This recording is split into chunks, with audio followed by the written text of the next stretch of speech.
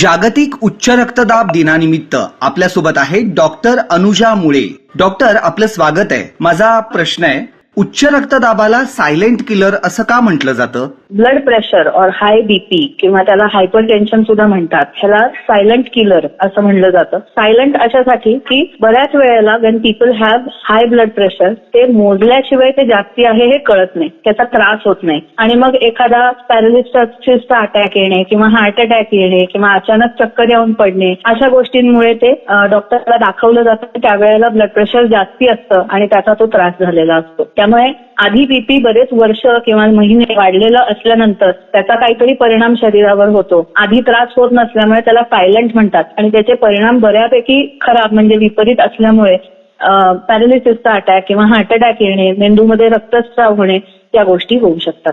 Doctor, उच्च रक्तदाबाचा सर्वाधिक धोका कुणाला असतो? तो ब्लड प्रेशरची मॅक्झिमम रिस्क ज्या लोकांना असते, हार्ट अटॅकचे जसे रिस्क फॅक्टर्स असतात, similarly we have risk factors for blood pressure की डायबिटीज असोसिएटेड असेल, वाढतं वय म्हणजे एल्डरली लोकांमध्ये, आजकाल ते लहान वयात सुद्धा स्ट्रेसमुळे किंवा खराब लाईफस्टाईलमुळे ते दिसून येतं. खराब लाईफस्टाईल म्हणजे bad eating habits, bad sleeping habits, no exercise, जी सेडेंटरी लाईफस्टाईल आपण ज्याला म्हणतो, त्या सगळ्या गोष्टी ब्लड प्रेशर वाढण्यासाठी कारणीभूत आहेत. Secondly stress is also a very important factor these days, कारण लाईफस्टाईल बदलली आहे, लोक एकटी आहेत, families are smaller, so stress levels are very high, work pressures are high. So all these associated factors along with say diabetes, exercise न करणे, smoking आहे, alcohol consumption आहे, या सगळ्या गोष्टींमुळे ब्लड प्रेशर वाढतं. डॉक्टर, कोलेस्ट्रॉलमुळे हृदयविकाराचा झटका कसा येतो?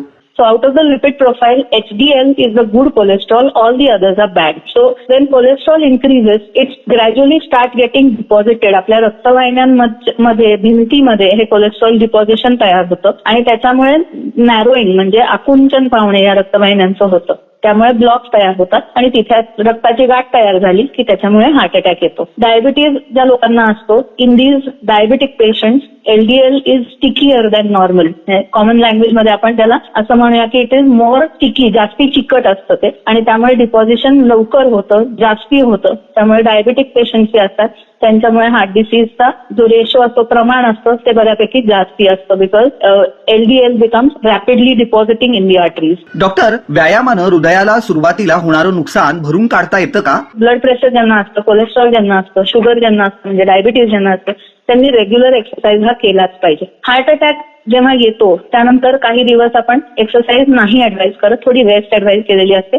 But after that we always encourage our patients to start walking at least daily. एक 45 मिनिट्स एक्सरसाइज म्हणजे in the form of walking also helps a lot. ज्या गोष्टी आहेत ब्लड प्रेशर, शुगर, कोलेस्ट्रॉल हे रेग्युलेट झाल्यामुळे हार्ट अटॅक्सची रिस्क कमी होते आणि त्यामुळे हार्ट डॅमेज प्रिव्हेंट होऊ शकतं. Also people who exercise regularly have a lot of collateral circulation. त्याला ऍक्सेसरी रक्तवाहिन्या तयार झाल्यासारख्या असतात आणि त्यामुळे त्यांना हार्ट अटॅक जरी आला तरी डॅमेज कमी होतं जे लोक रेग्युलर एक्सरसाइज करतात. So generally exercise helps a lot in preventing. नंतर रिहॅबिलिटेशन मध्ये आपण जशी कंडिशन असेल हार्टची त्याप्रमाणे एक्सरसाइज ऍडवाइज करतो. उच्च रक्तदाबाला सायलेंट किलर असं का म्हटलं जातं? ब्लड प्रेशर और हाय बीपी किंवा त्याला हायपरटेन्शन सुद्धा म्हणतात, ह्याला सायलेंट किलर असं म्हणलं जातं. सायलेंट अशासाठी की बऱ्याच वेळेला Wien people have high blood pressure ते मोजल्याशिवाय ते जास्ती आहे हे कळत नाही, त्याचा त्रास होत नाही आणि मग एखादा पॅरालिसिसचा अटॅक येणे किंवा हार्ट अटॅक येणे किंवा अचानक चक्कर येऊन पडणे अशा गोष्टींमुळे ते डॉक्टरला दाखवलं जातं. त्यावेळेला ब्लड प्रेशर जास्ती असतं आणि त्याचा तो त्रास झालेला असतो. त्यामुळे